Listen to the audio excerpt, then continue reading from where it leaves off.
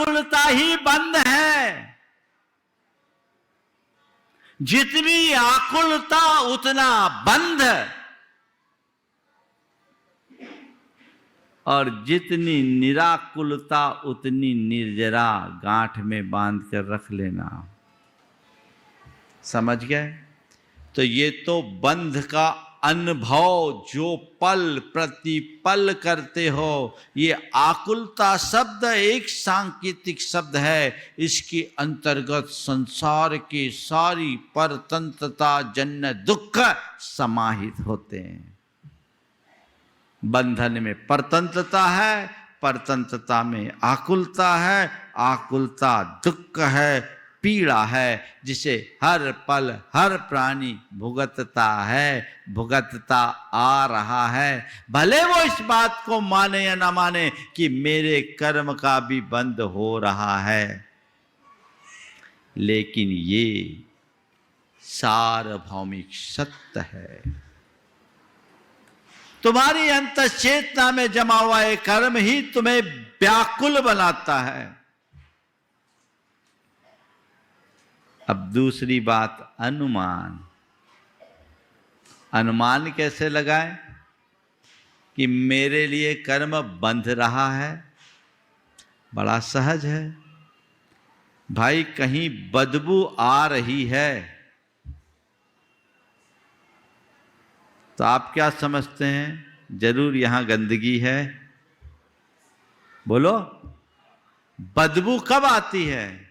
जब गंदगी होती है तब, कि बिना गंदगी के? तो भैया तुम्हारे जीवन में दुखों की बदबू है कि नहीं? बोलो, आ रही है? पल प्रतिपल बदबू आ रही है। ये बदबू क्यों आ रही है, कभी सोचा? ये सड़ांध कहां है, कभी देखा, सोचने की कोशिश की? बस जिस दिन तुम अपने दुखों की बदबू पर ध्यान केंद्रित करोगे, तुम्हें अपने कर्मों के बंध का अनुमान पल में लग जाएगा। फिर ज्यादा कुछ कहने की जरूरत नहीं होगी। तो अनुभव करो, अनुमान लगाओ और अपना श्रद्धान जगाओ, सही समझ बनाओ। अभी लोग कह देते हैं कि कर्मों का खेल है ना?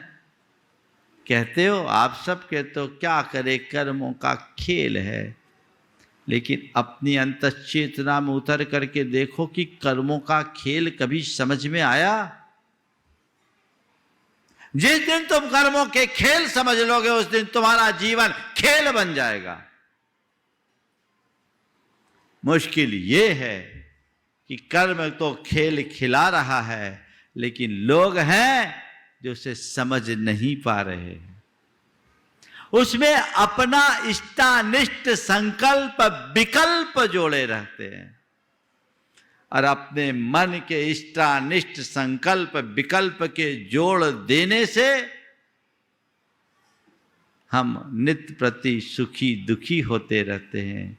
हमारे हृदय में राग देश रूप परिणाम होता है, और राग देश रूप परिणाम होने के कारण हम अपनी चेतना में और अधिक मलिनता को जमा लेते हैं, कर्म का बंध करते हैं।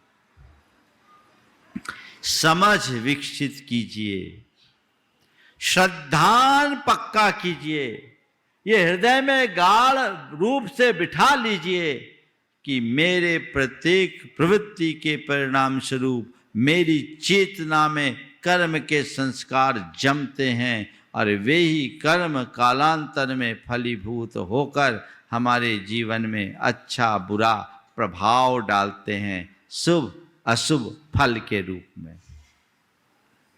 ये जीवन की सच्चाई है। मानते हो? बोलो। एक बार मैंने किसी से पूछा कि भैया पाप पुण्य को मानते हो? बोले मानते हैं। पाप पुण्य को मानते हो? बोले हाँ मानते हैं। बोले क्या मानते हो? बोले पाप बुरा है और पुण्य अच्छा है। हम बोले पाप बुरा है पुण्य अच्छा मानते हो, फिर करते क्या? बोले जो आज तक करते आए वही करते हैं। फिर तुम्हारे मानने का मतलब क्या? कोई अर्थ रहा? बड़ी मुश्किल है। जो हमें करना चाहिए हम कर नहीं पाते। इसकी वजह क्या है? इसकी एक ही वजह है, वो हमारे अंदर सही समझ का अभाव है। हमने एक रटी रटाई धारणा बना ली है, अपनी मान्यता बना ली है, लेकिन भीतर की अवधारणा अभी बदली नहीं है। हमें जो सुना दिया गया हमने मान लिया। हमारी दशा कैसी बताए? छोटा बच्चा होता है ना, वो किसी बात को लेकर मचलता है, उसे आप कह देते ऐसा है, ठीक है, थोड़ी देर के लिए शांत हो जाता है, फिर वही रट शुरू हो जाता है, फिर बोलते हैं, फिर समझाते हैं, फिर वही रट शुरू हो जाता है, फिर समझाते हैं, फिर वही रट शुरू हो जाता है। एक नादान बच्चे को जब भी आप बोलो एक पल के लिए आपकी बात मानेगा और बाद में वो अपने उसी रौ में चले जाता है। पर समझदार व्यक्ति को एक बार समझा देना ही पर्याप्त होता है, दोबारा कहने की जरूरत नहीं होती। तुम सब कहने को तो सब समझदार हो, पर सब के सब मझधार में हो।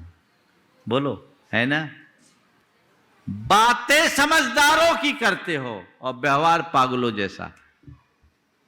बोलो, सही बोला हूं कि नहीं बोला? हाँ, बातें तो समझदारों की और व्यवहार पागलों जैसा। ये व्यवहार में झलकने वाला पागलपन नियंत्रित होना चाहिए, तभी बदलेगी। अपनी सही समझ विकसित कीजिए। एक बार वस्तु के यथार्थ स्वरूप को समझ लेने वाला व्यक्ति, उसका श्रद्धान बदल जाता है और वो फिर उस व्यक्ति के जीवन की दिशा दशा को अपने आप बदल देती है। गलत कार्य हमारे द्वारा हो जाए और उसका दंड हमें भुगतना पड़ जाए तो दोबारा वैसा कार्य करने के लिए मन कभी राजी होता है? नहीं होता है। क्यों? एक बार भोग लिया, अब नहीं करेंगे, क्योंकि हमें मालूम है इसका परिणाम क्या बुरा है?